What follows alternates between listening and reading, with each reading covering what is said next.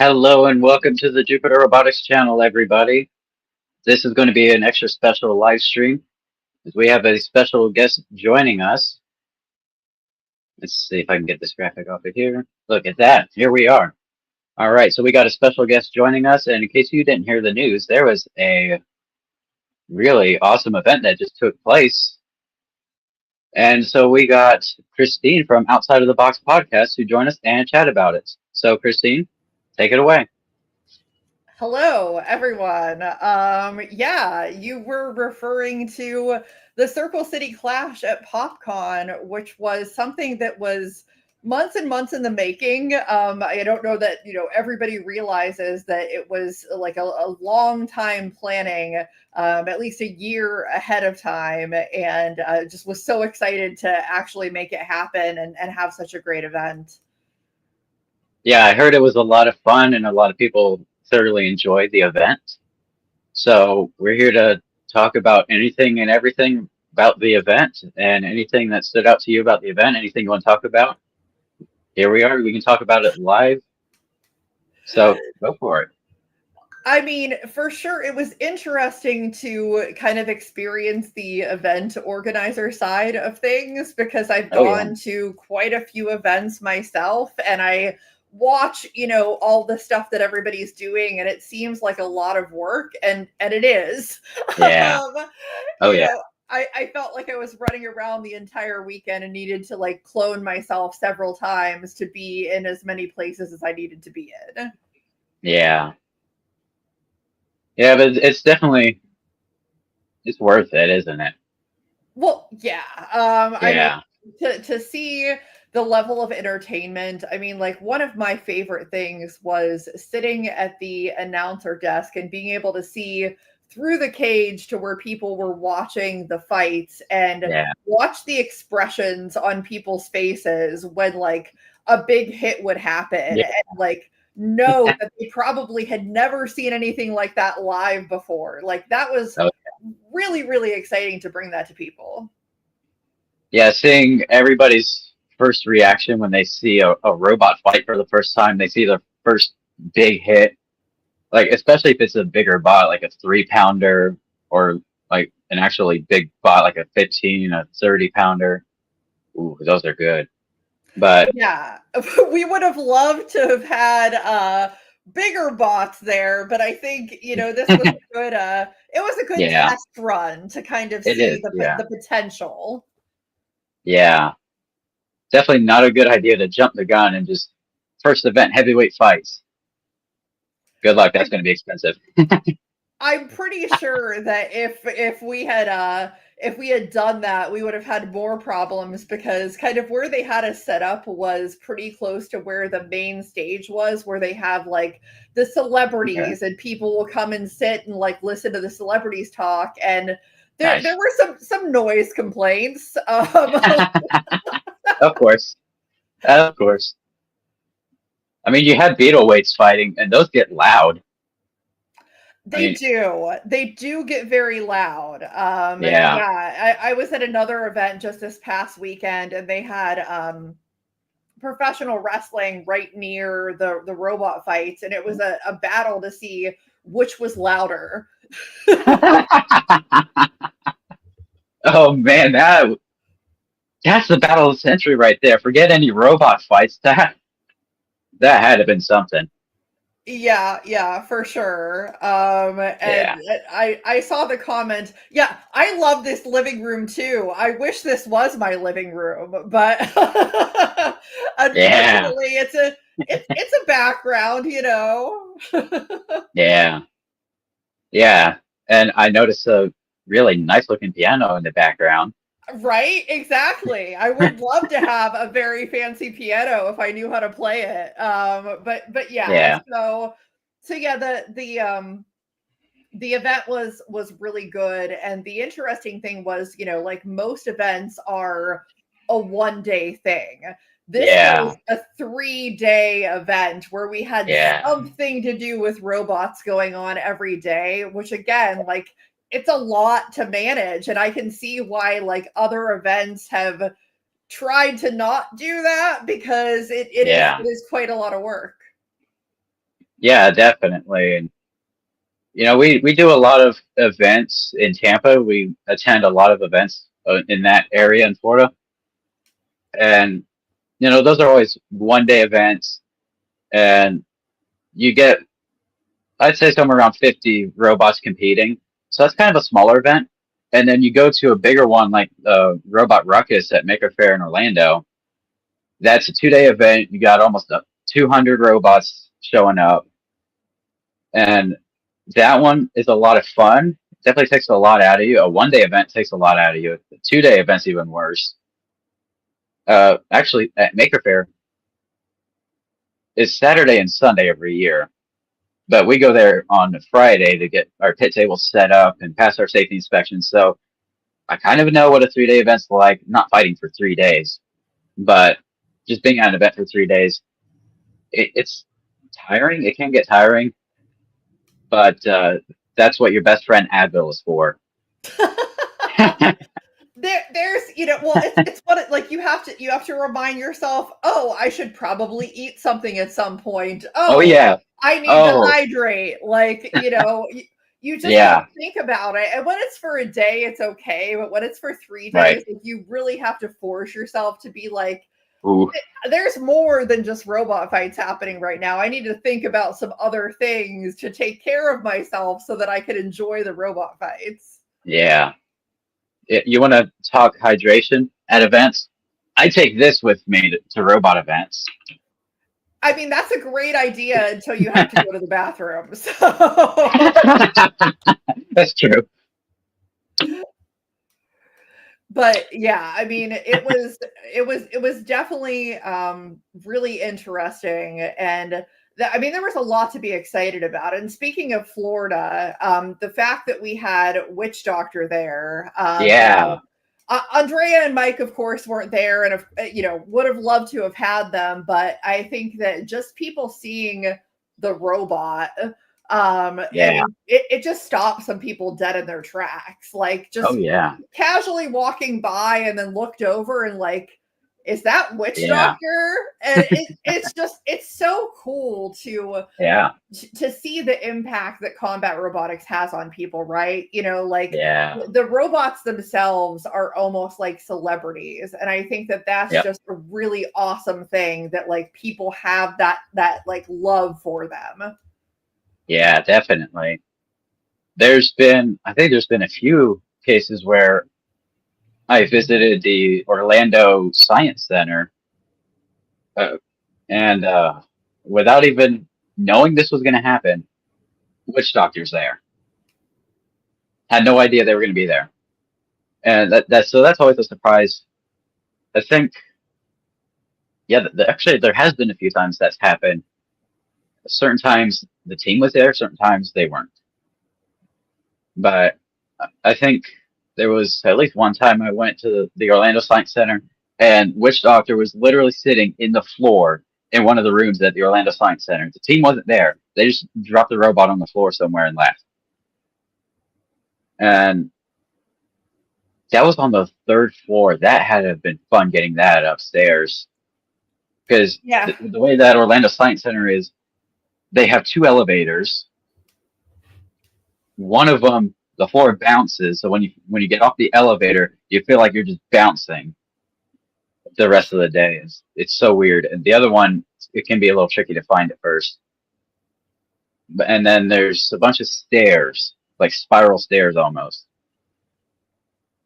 Either one would have been fun, getting a heavyweight up to the Well, third floor.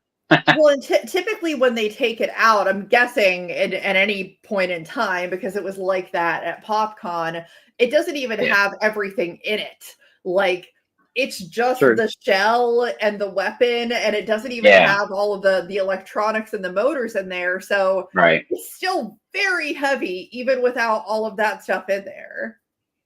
I would kind of hope from a safety perspective when they do an event like that and they're displaying their robot, like if they go to the Orlando Science Center or they go to PopCon or Maker Faire or whatever it is, I would kind of hope they take some of the electronics out, like a lipo battery for one, just from a safety perspective. For sure. I don't think you would want that in there. Yeah, Brett from Witch Doctor, who was the person there from the team, he had one of the motors and was like letting people just hold that motor to see how heavy just right. that piece is. And it's absolutely insane, like how just that one piece of the robot is as heavy as it is. Oh yeah, definitely. Yeah, and those are some heavy stuff. Let's see. Get a gaggle of strongmen to get strongmen to get those robots up there. Yeah, You got to, you got to. It's a lot for one person. yeah, Yeah. yeah. I got curious one day. This was many years ago when I somewhat trusted Google. I was curious to know how much the giant nut weighs, even though I've held the giant nut before, and I didn't know exactly how much it weighs. So I I don't Googled it think one I know day. that. Like I should know that, but I don't know that. You've been to BattleBots, I haven't. Yeah, I have been to BattleBots, although I didn't touch the giant nut. I don't know what would have been cooler. I mean, like, yes, that would have been cool, but I also got to stand inside of the battle box, which Ah, is you show off. it's something that not a lot of people can say that they've got to do. Not Yeah. only that, but I was in the battle box while Mark Satrakian was in there with Stalker, so it was Wow. pretty awesome. Wow. Just rub it in. But yeah, I held the giant nut. It was in 2019. Captain Shredderator was there. We were doing the 2019 season finale premiere at the Orlando Science Center in one of the theaters, and Captain Shredderator was there. I don't remember what award it was, if it was like most destructive or coolest looking or something like that. But it was one of those awards. It wasn't the actual giant nut. It was a giant nut shaped award that BattleBots does. And I got a picture of it floating around somewhere, but I held it, I almost dropped it on my foot. That would not have been fun. I Probably I not. would I would guess it weighs around 30 pounds. But yeah, I googled it one day. I googled it and it said the thing weighs over, I think it was at least over 300 pounds or something like that. And here I am wondering if you ever watched a season finale of BattleBots, you would see the driver of the winning team picks this 300-pound nut. I think it was closer to 310 is what it said. And they're lifting it up like this over their heads. But yet it takes a crew of people, the crew of strong people to lift a 250-pound robot a few inches off the lift or whatever they carry it on just to get it in the arena. I didn't believe that. 300-pound nut, I didn't believe it. Yeah, that seems like a stretch. I mean, even if it was 30 pounds, that would be a lot to lift over your head. Yeah. Uh-huh. So I don't know about that, but yeah, I mean, it's Yeah. certainly I'm sure it's heavy. Like I'm sure it is heavy. Here's a factor to play into it. Adrenaline plays a role too. That's true. Yeah, I mean, there's people that can like lift cars when they have an Yeah. adrenaline type of moment. Not me. I'm not lifting cars. But before I started fighting, I I went up to arenas when spectating events, and I would put my hands on the glass, and I'm thinking, when I start fighting and I have to tap out of a match, how hard do I want to hit the glass? Because like I want it to be loud enough they hear it, and like the commentators, the referee, everybody knows I'm tapping out, but I don't want to break it. Don't want to bend it in the arena. And then to get to my first fight, I kind of hit it hard because my opponent was all over me, shredding me, and it's like about I think it was 90 seconds in, I tapped out, and I hit it kind of hard. It's like screw it, I'm gonna hit it hard. I hit it even harder in May when I tapped out. I set a record. I'm surprised I didn't break the glass, but yeah, the adrenaline just gets to you sometimes, and you're able. when that happens, you're able to do more. Like you're stronger. So I don't know. Maybe you could lift a 30-pound nut over your head if you win it. Yeah, Who yeah, knows? that's very possible. I'll have to ask Jameson Go sometime. Definitely. Couldn't imagine how hard it would be to move Chomp without it. That thing weighs like 500 pounds. I can't even imagining lifting that off the cart. Like you Yeah. see on BattleBots, all these normal robots that weigh half that. They're it takes like what is it, like 4 or 5 people, I think, just to lift it a few inches Something off like so they that. somebody Yeah. yeah, you get a few people to lift it a few inches so somebody else can move the cart and then they drop it onto the arena floor. You got to get more strong people to do that for a 500 pounder. For Sheesh. sure. Yeah, we totally got sidetracked, didn't we? Robot Way events. I mean, they're all in the same family. Well, since we're on the subject of getting off topic, don't mind if I just enjoy me a little apple turnover. That is the But correct shape, by the way. That I have had arguments over what the shape of an apple turnover should be. That is the what correct other shape shape. would it be? I don't What is it? know. That's the only way that I know how they work. Look at that. That is. Oh, you're a robot shaped like that, isn't it? It is. Yeah. I just realized that earlier today. I don't know why. Although that robot was temporarily rebranded for PopCon, so I don't know. I might keep it rebranded. We'll see. Yeah. So since we're on the topic of weight in the sport of robot combat, why don't we talk about what weight classes you ran and the arenas you fought them in? Yes. So same arena for both weight classes, which was a 6x6, which uh, for people that understand different arena sizes, if you could imagine beetles flying around in a 6x6, it was quite a spectacle to see. So Yeah. I know. I fight in a 6x6 all the time. I know. Oh yep, man. exactly. So yeah, we ran both 1 pound plastic ant weights and full combat beetles. Awesome. And I hear Turnabout was there with some fairies as well. Yes, I was so Yeah. excited for that. I don't Yeah. know what I thought it was going to be like to drive a ferry because they're so small, but that was a ton of fun. Like I enjoyed driving those robots so much, and I found that I learned so much about driving from doing that because you have to be so much quicker.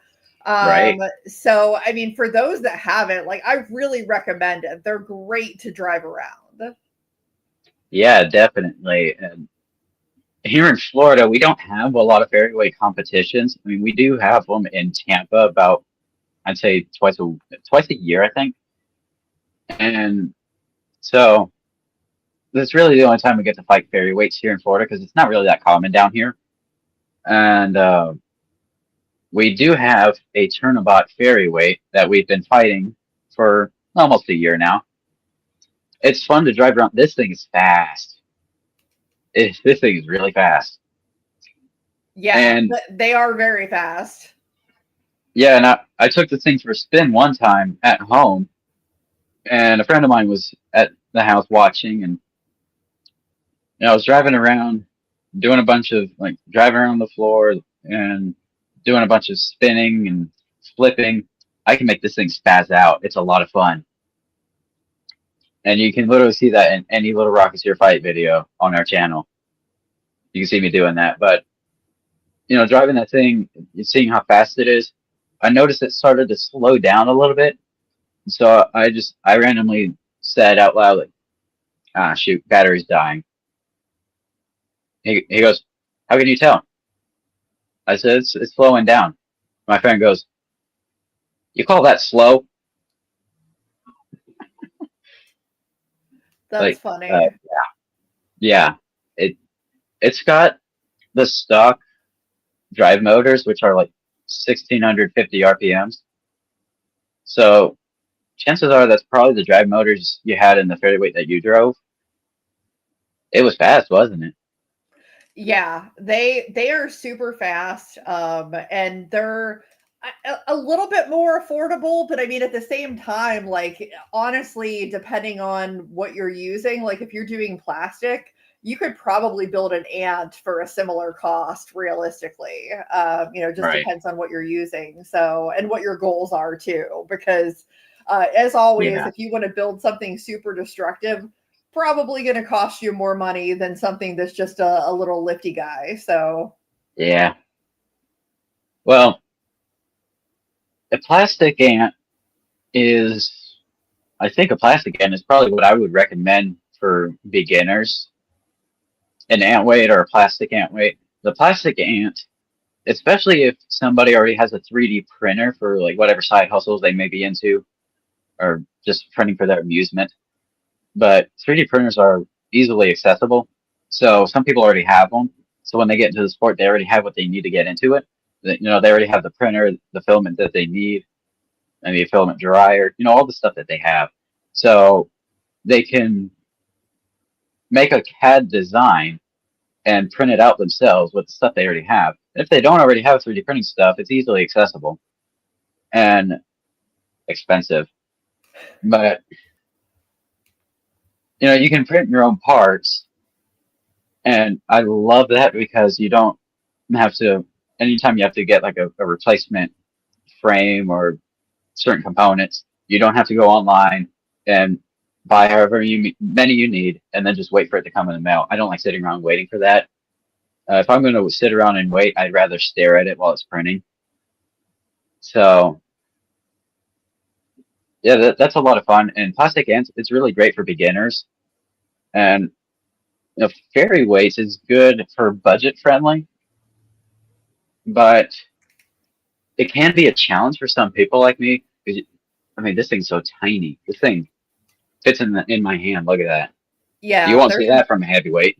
not a lot of space in there. No, and I have shaky hands, so trying to solder some stuff in there is a nightmare. Not to mention I Yeah. suck at soldering. So, oh, that's just don't a perfect don't combination. we all? Yeah, definitely. I know some people that are good at soldering. They're like, "Oh, it's not that hard. You do it for me, Mister. Yeah, It's not that hard." some people just have a knack for it. It's Yeah, not my thing. Not my thing at all. yeah. I have an electrician friend. He's a professional electrician, decades of experience. He's a professional, and he's got all the soldering equipment in the world, it seems like. And he's literally the guy that put this thing together for me because I knew I wasn't going to be able to do it. I attempted to do it on my own and blew up a Malinki. Those things are not the cheapest parts to replace. But I left it at his house because he was going to see if he could fix it. It's still there to this day. It's probably been there for over a year at this point. But oh well. I got a Malinki in here, and I had to get him to solder this for me because everything's so small, and I suck so bad at soldering. So I knew better. Uh, I think I'm getting a little bit better at soldering stuff in space junk, but I could be biased. Yeah. I saw the other comment there about the, like, I think you're probably talking about plastic ants just exploding on big hits. And I mean, really, any robot could explode on any Yep. big hit, truly depending on who you're fighting. But yeah, those for sure have a little bit more of a tendency to do that because of the materials. But yeah, it just Yeah. depends on who you're fighting. Like, if most robots fight Mako, for example, probably going to be in some trouble. So Yeah. I mean, it also depends on what filament are you using. Certain filaments are good for certain things. Like Little Rocketeer, the flipper, and this comes with any standard overthrow kit from Turnabot. Yeah. The plow is TPU, and everything else is PLA, and that is perfectly how I would do it. That is so smart. And Scott actually suggested that we use acetate on the flipper because the flipper itself doesn't touch the ground all the way on its own. So he suggested taping on a piece of acetate that hangs over the edge. And I got some pretty bad tape, and every time my opponent hit me after I made this modification, anytime my opponent just came in contact with me, this thing just flying off. Oh, but yeah, me flicking it doesn't make it come off. But a robot barely touching it makes it. I don't like that. That's not Now ideal. you don't like that. Now you want to work now that the fights are over, sucker. Anyway.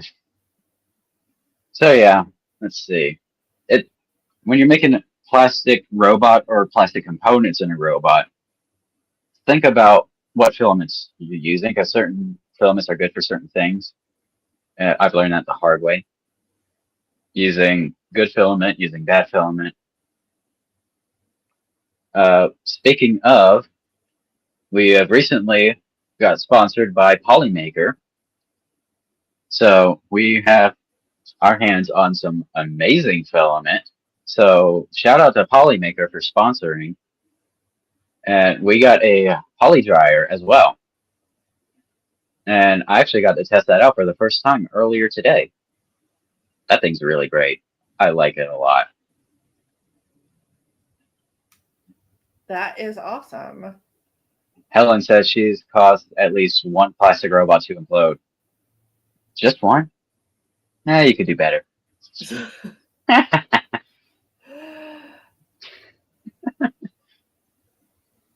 You probably have done better, because I see plastic robots explode all the time.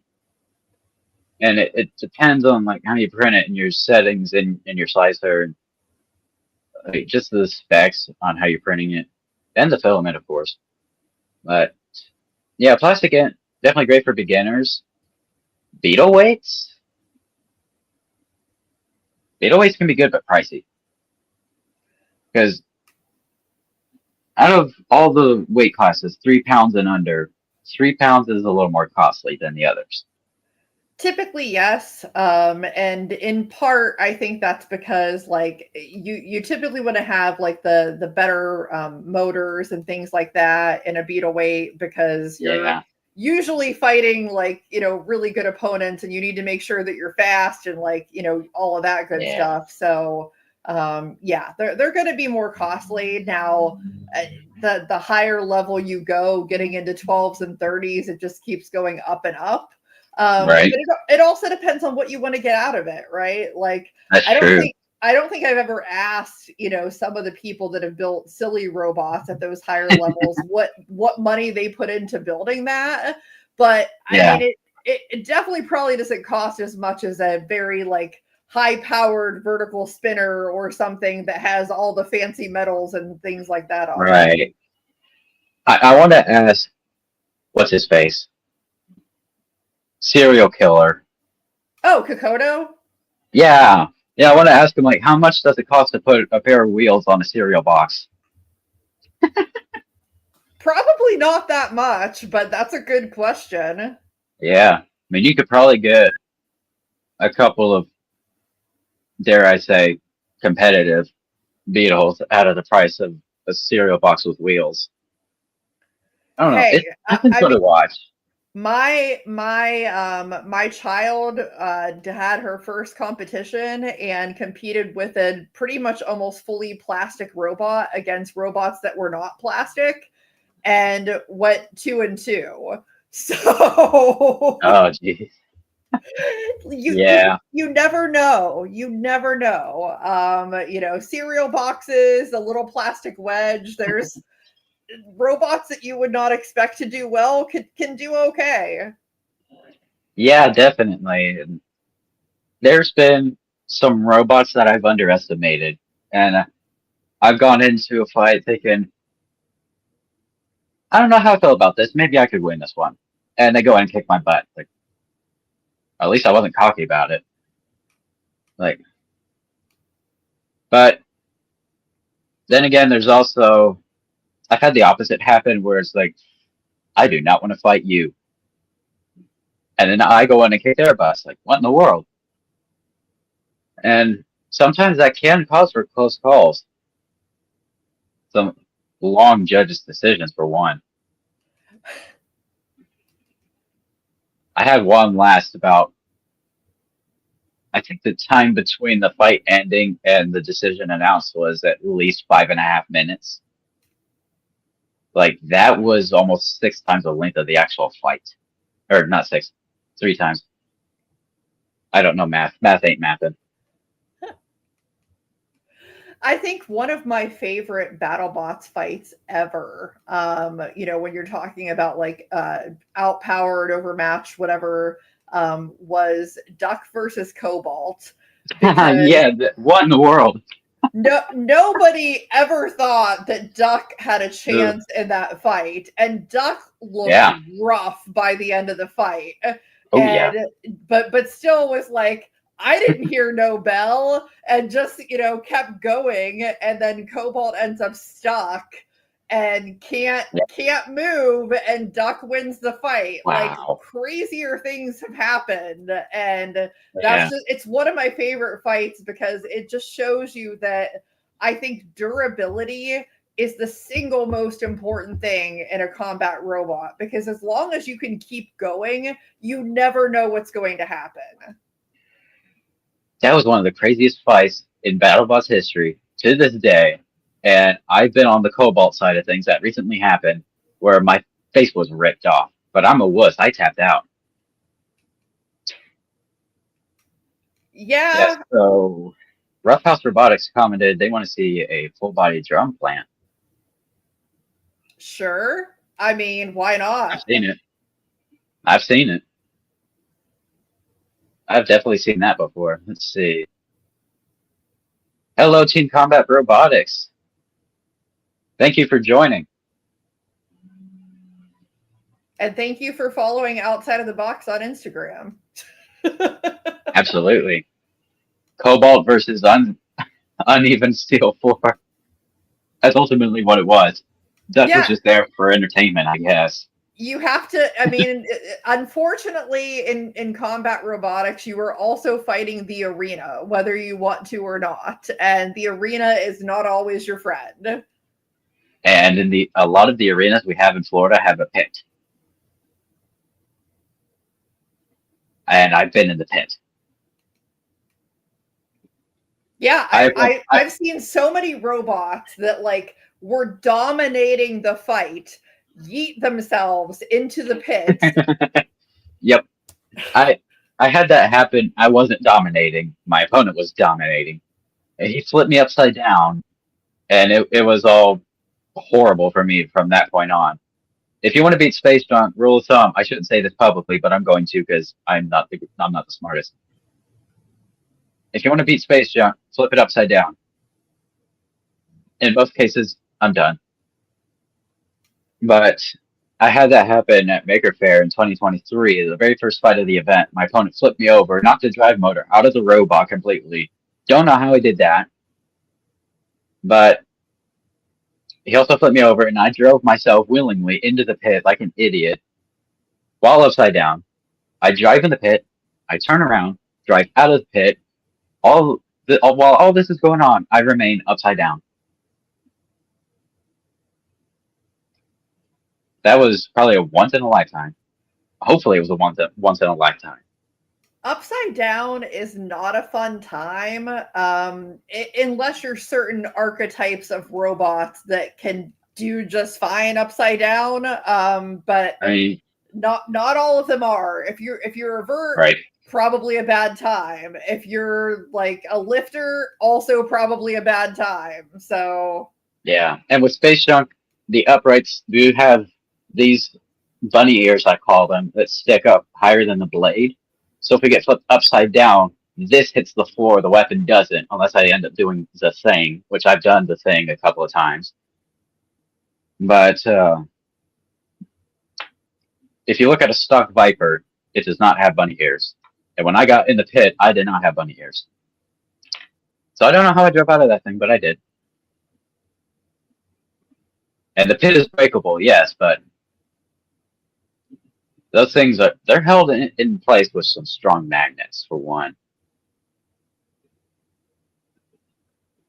Yeah, who likes the pit, by the way? It's Absolutely nobody. entertaining as a spectator. Yeah, it's entertaining if your opponent gets in there, somebody else gets in there. If you end up in there, I hate that stupid pit. Yep. Yeah, if you knock your opponent, I've noticed this before. When I ended up in the pit, I saw the driver of my opponent. He's jumping up and down. He's so excited. I jump out. I'm the one jumping at that point. But when your opponent ends up in the pit, you're just celebrating. You're excited. Talk about adrenaline. If you end up in the pit, I hate that pit. I wish pits weren't a thing. It's not what you say when your opponent ended up in there. Just saying. I see But there's a question from Roughhouse Robotics to which there is only one correct answer. yeah, and I think I know the answer. Do you know what the correct answer is? I think I do. What is the correct answer? Favorite self-righting technique is when it's your robot that flips over rather than your opponent's robot getting flipped over. Nope. I mean, that's my favorite self-righting technique. If I'm the one self-righting, not my opponent, that's my favorite. I don't care how I get flipped over. The correct answer to the best self-righting technique is death roll. That's the correct answer. Yeah, true. That's true. I like my answer better, but that's true. Robotics wants to see an upgraded space junk. And guess what? You're going to see an upgraded space junk soon. Very soon. I don't think it's going to happen at Robot Renegades next month. But you should see it at Maker Faire this year. It's still going to be a Viper kit. Don't get your hopes up. You're going to invest in the new V2 upgrades for the Viper kit. Yes. That is the new iteration of Space Junk, but there's a catch. If I could, I would switch over to that for Robot Renegades next month. The problem is the weapon mounts. I need the bunny ears. And so I need somebody to whip up a CAD that has bunny ears on the new weapon mounts. When we get that, you'll see a new iteration of Space Junk with the V2 upgrades. Technically V3. As far as the 3-pound Space Junk, when will we see a 3-pound Space Junk? When you hand me the money for a 3-pound Space Junk. Isn't it always the money? Yep. Oh, jeez. Oh, speaking of pits, I saw this. So, Robert, Firewolf Robotics, recently broke the pit. Oh, holy goodness, dude. I saw that. That was epic. So, the 6x6 you had at Circle City Clash, we're getting sidetracked again, man. The arena you had at your event, did that arena have any pit or hazard of any type? No, there's Party no pooper. pit. I mean, there's obviously like the side rails and stuff, and you could get stuff, Right. Potentially that way. But yeah, no Yeah. pit in that one, which I think everybody was really grateful for. Because we just got to have a lot of just really good, back and forth battles and stuff. Yeah. And the great thing is that we had so many builders that came from quite a distance, to be there, and brought, some of the robots that went pretty far in the tournament, including Zach Knight with Lunatic, and Michael Shore with Carmine, and as well as Miles with his new robot, Chaos Blitz, which was absolutely terrifying. I mean, that thing's going to be crazy. And then, Brian Boxall bringing Injection, which is not his robot, but he almost brought Eruption, and I would have been scared for everyone if he would have brought Eruption. I mean, if you're not gonna bring your robot and fight it, at least bring it for show and tell. I mean, yeah, it was still like super cool to have all of them there, as well as just like Yeah, everybody that came out for it, because I mean, absolutely. it's a new event. You never know how it's going to go, and Right. overall it went pretty well. I was not expecting to come away from that event with an award, and I also, well, the podcast got a very special award at that event, so I was pretty excited about that. Awesome. Fun stuff for sure. And I think if you're gonna bring, let me rephrase that. If you're not gonna fight a robot of yours, I would bring it for show and tell if you can. That's what I do at like Mega Fair. They don't fight fairy weights. I still bring little rockets here. Almost did a grudge match at Mega Fair last year because somebody else, our pit neighbor, somebody we pitted with, Robotics, had their fairy weight with them. We were gonna do a grudge match and I couldn't get little rockets here to work. Oh well. I would Robotics, we will wager get to our match. say, yeah, I would wager to say that next year, provided that the event happens again, and we have no reason to believe that it wouldn't, that eruption may be there. So Fingers I, crossed. yeah, fingers crossed. Yeah, definitely. So I got a question for you about your event. Sure. Pop quiz, hot shot. So what was your highlight of the event? That is a really good question. I mean, for me, I think that it was just that it got to a point during the Beatles tournament where we had a bit of a crowd, and there were people in the crowd who knew nothing about the robots that were competing, had never seen these robots before, and had like picked their favorites and were so intensely like supportive of specific robots that like if the judge's decision didn't go for that robot, the people were mad, like really mad. And it's seeing fans that had never seen these robots before get to that level of passion about them in just a few hours of watching the robots. I was like, man, that's freaking awesome. I think that's the wonderful thing about when people get into the sport is it doesn't usually take them very long to get hooked, and then to like have robots that they're like, that's the one that I really like, or like that's the archetype of robot that I really like. And I just like that's all that I really hoped for, was to see like people really getting into it and people loving what we were doing, because that's the whole point. We were there to put on a show, and I think that we did that. You had outside of the box podcast, you had RSL, you had Turnabot, you had Beetleways fighting. You put on a show. You had Witch Doctor. You definitely put on a show. And man, I wish I could have been there. I know, it was honestly, in hindsight, it was a terrible weekend to have had it. Did it Because it rain? was, well, no. I mean, it like just timing way wise, it's at the end of June.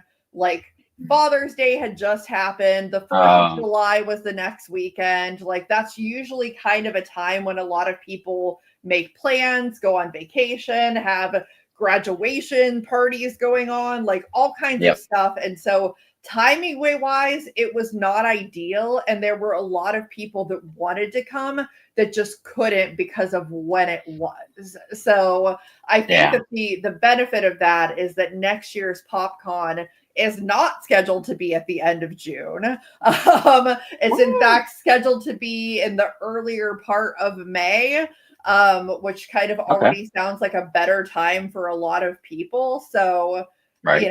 just hoping that that works out, because I think this has the potential to be a huge event.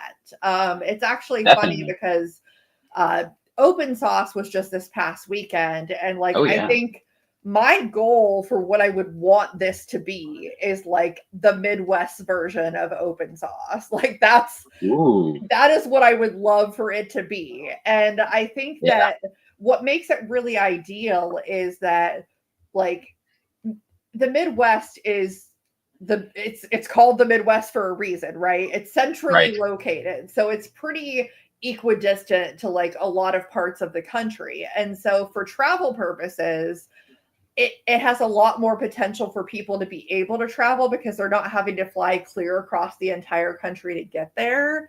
And so that's kind of my vision, is like, hey, it's this central place that like Chicago's not far. It's not too hard to travel Right. to, and get a lot of people coming up. I think that would be fun.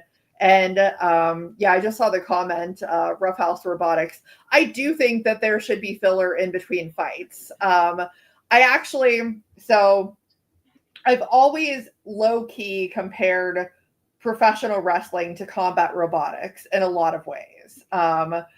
Because you have like these themes and, like personas of the teams and stuff like that. And I think that there's more that could happen in between fights just to keep that engagement going. I will tell you, there was a team at an event that I was at recently. I have to shout them out because they just made the event so much more fun. Their robot is called Fingers Crossed, and I have never seen more enthusiastic people in my entire life at a robot event, and just keeping the crowd Wow. going the entire time. Like, that's the energy that we need. We need Yeah. everybody to Oh be yeah. that into it. Yeah, I would like to start doing that more myself. And we have a handful of teams that do that here in Florida. Yeah, But yeah. We were trying to do that a little bit at PopCon, because um I I started being the one competing in the family, and yeah. I kept trying to talk my partner into it and telling him like, "Hey, you should build a robot. It's really fun and it's cool." And he just would never do it. And so Uh, I won a plastic ant weight in an auction, well, not an auction, but like a oh, raffle. okay. Um, and I was like, okay, so this is your robot now. And I told him, you are entering it in PopCon, and this is going to be your robot. So, Oh, so I had him do that. But on top of that, for those that are familiar with professional wrestling, there is a wrestler named Joe Hendry. He's kind of popular right now. And like, he was going to cosplay as this wrestler. And I'm like, cool, you're going to be Joe Hendry today. And we're going to take Apple Turnover and rename it Joe Hendry Slam. And so, like, he had a championship belt and everything. I wow. I wish that I got video of this, because after he was out for the day, he went over to Brian Boxel and he was like, "Hey, do you want to destroy my championship belt with your robot?" And Brian was like, "Sure." So put the robot in the box with the belt and proceeded to go at it. Yeah. I wish you would have gotten that on video. That's a lot of fun. I know, but like, this is the kind of stuff that I'm here for. Like, Yeah. that's fun to me. And I mean, I think that's why, like, some of the things that NHRL has tried to do with that engagement piece, I think has been very successful. And there's other Yeah. things that they've tried that have been less successful. And I think it's all about finding that sweet spot of like, what is fun and entertaining that's like not detracting from the Yeah. actual robot fights. Yeah, definitely. So Robert says there needs to be more female drivers. And I I do agree. agree.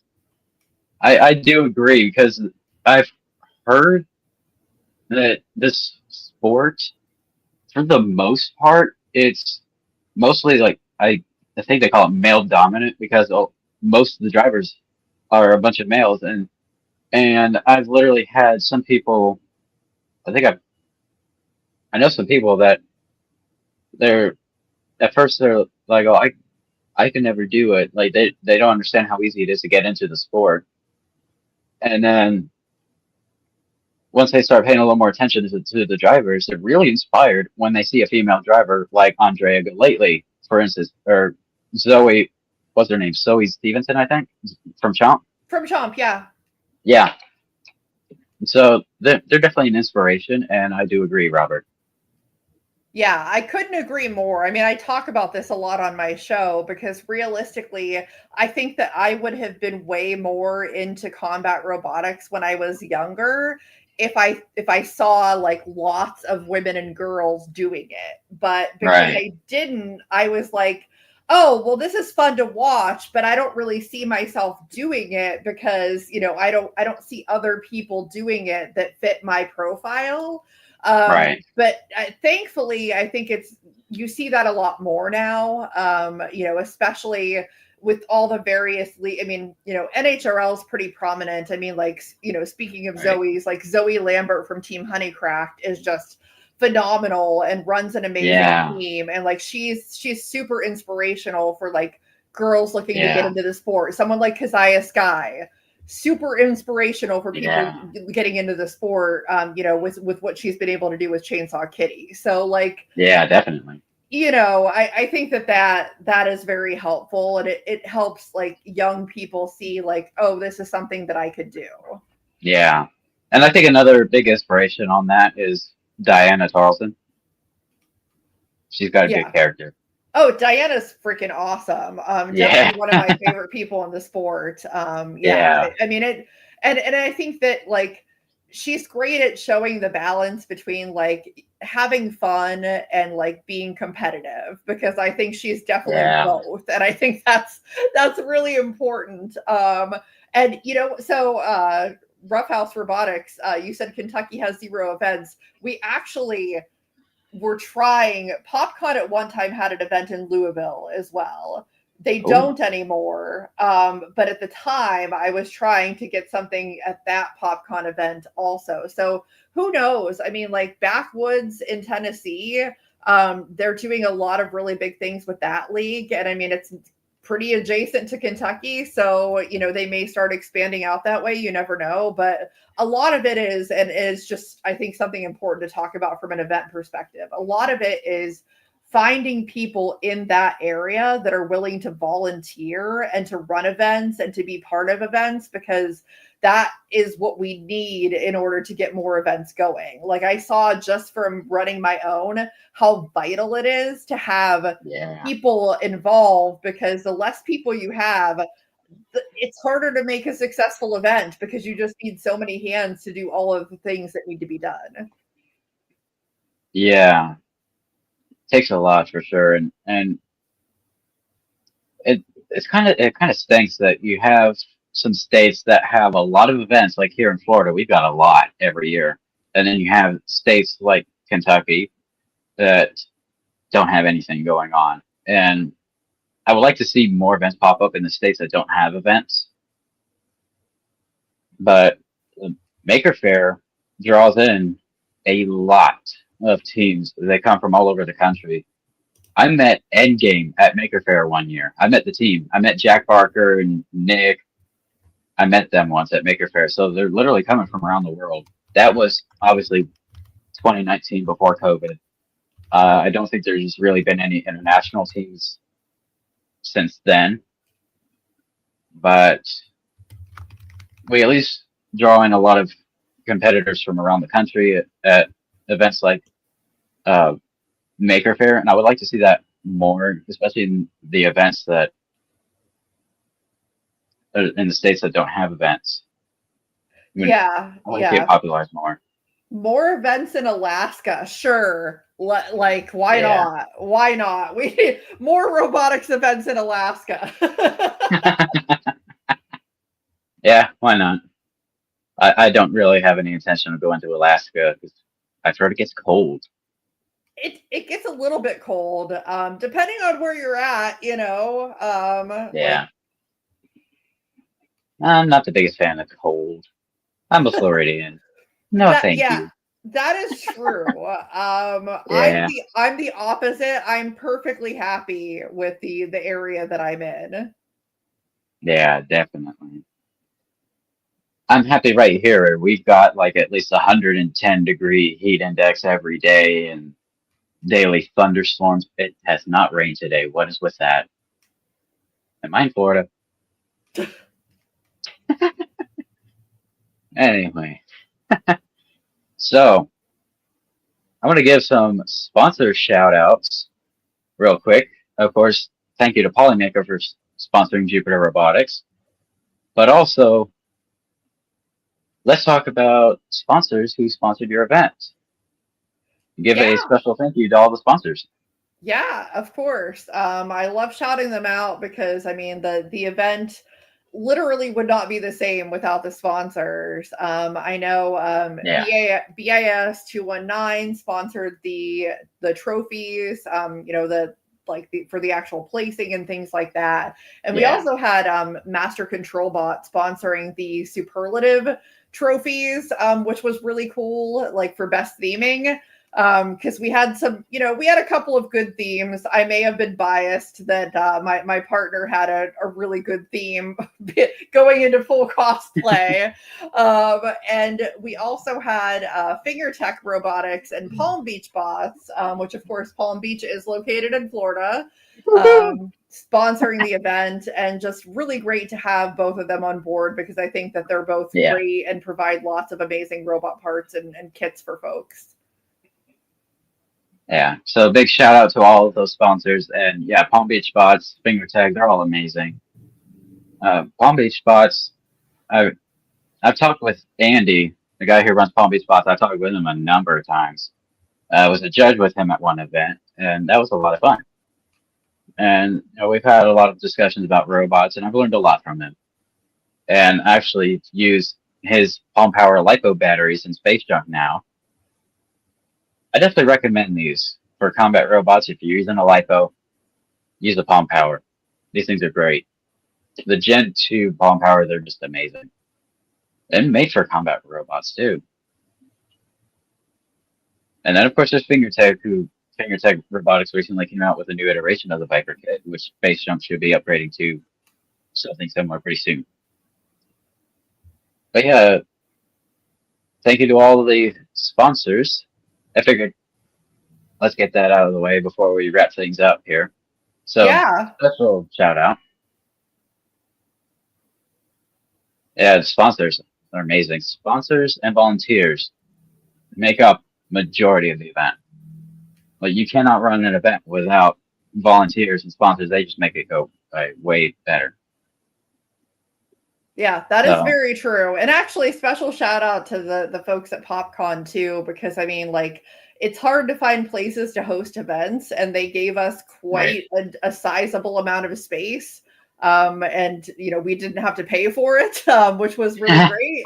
So yeah, it was Wow. just great to have that space to be able to open doors to other people, and there were lots of people there that were very interested in the process of building a robot. And so it's Right. like, great, more people building robots. That's awesome, because we want to get these folks out to events and get them involved, and maybe Yeah. they'll host their own event someday. You never know. Yeah. For sure. And hopefully we see those people host some events of their own. I always love seeing the sport grow in all ways. So, a special announcement before we end the stream. I know we'll be ending the stream pretty soon. And thank you, Christine, for taking the time to do this. This was definitely a lot of fun talking about your events and literally everything else, including an apple turnover, which I got my eyes on that apple turnover. I'm hungry. So, we got a special announcement here. So, everybody watching, be sure to subscribe to the Jupiter Robotics channel. For those of you commenting in the live chat, I know you're subscribed because I turned on subscribers mode only for live chat. That helps to grow the channel. But definitely click on the notifications bell on our channel. We will have another live stream in just a couple of weeks, Thursday, August 7th at 7 p.m. Eastern Time, where this will be an open invite for any U.S. combat robot builders to join the live stream and talk all about combat robotics. So if you are a combat robotics competitor based in the United States, you are welcome to join. I will dropped a link to join in the YouTube live chat. And that is going to be a lot of fun. And Christine, you're more than welcome to join that if you would like. Yeah, much appreciated. Yeah, and it's probably good to specify in the United States. Now, I love Yeah. interviewing international competitors, but it can be a bit more Yeah. challenging to coordinate time zones. Yeah. I mean, you've got like, what was it, like four different time zones in the US. I don't know if Hawaii has their own, or I don't know because they're far Yeah, out there. Hawaii does have their own. So yeah, it's Okay. a few more than that, but like generally speaking, yeah, it's just Right. it's more challenging like in the UK, for example, because they're ahead. Yeah. So if I'm Yep. doing an interview in the evening, then it's very late for them. Yeah, definitely. I mean, if somebody like, I don't know, Monsoon, Quantum, Endgame, if they pop up in our live chat, I can bring them on. But otherwise, I mean, if a big name BattleBots team wants in, I'll let them in. But otherwise, I'm not counting on that though. I'm not really counting on that. I don't really think any of them really know us yet, so I don't have high hopes for that. So yeah, any US based, I gotta slow down. Any US based robot competitors, I let it out finally. If you would like to join that live stream, I can have up to 6 different people join here. So it'll be, I think I'm going to have a couple of my own teammates join this time around. So you'll get to hear from more of us, as well as a few other teams as they would like to join. So yeah, any teams, builders based in the US, we're going to have an open invite live discussion. And I'm definitely going to be spreading the word over the next couple of weeks. That'll be Thursday, August 7th at 7 p.m. Eastern Time. So hope to see everybody there. And if you're not a robot builder based in the US, you can still participate in the YouTube live chat. And like you've seen me do on this stream, I can bring your comment onto the live stream. So you can ask us any questions and we'll throw it on screen and answer it for you. And if you haven't already, make sure that you also subscribe to Outside of the Box. Yes, definitely. Subscribe to Jupiter Robotics on YouTube and Outside of the Box podcast on YouTube. Follow both on social media wherever they may be provided. So you have YouTube, Facebook, and Instagram. That's the basics, right? Yeah, that's mostly where I post. And in Right. Discord, yeah, I'm pretty Yeah. active in Discord as well. So yeah, follow Outside of the Box podcast on YouTube, Facebook, Instagram, Discord, I suppose. So all that good stuff. Jupiter Robotics as well. I'm biased. So yeah, good stuff. And again, thank you for joining me. Thank you for making the time to do this. This was a lot of fun. And congrats on your event. That looked like it was a lot of fun. yeah, it definitely was. Looking forward to doing more of that. Oh yeah, for sure. And do you think you'd run the same weight classes or maybe add some more next time? It would definitely go. We would definitely have full combat ants as well. I Oh, think that nice. that was something that was missed this last time, and we have a ton Yeah. of ant builders in the Midwest, so we Yeah. would definitely want to open it up for that. We've got like hundreds here in Florida alone. It's nuts. Yeah, take the trip up to India. Anybody that's down in Florida, come to Indiana in May. It's great that time of year. Well, if you bribe us just right, we might. No kidding. But yeah, I don't know. Maybe you'll see Jupiter Robotics at one of your future events. Who knows? Yep. Or perhaps somebody watching this will attend. Yeah. Yeah, definitely. If you can make the drive up, go for it. Circle City Clash. That sounds like a lot of fun. I wish I could have been there. I wish I had a robot. I have a robot and it's a fairy weight. And I don't have another fairy weight event for another year or so. Fun stuff. Anyway, so thank you for joining.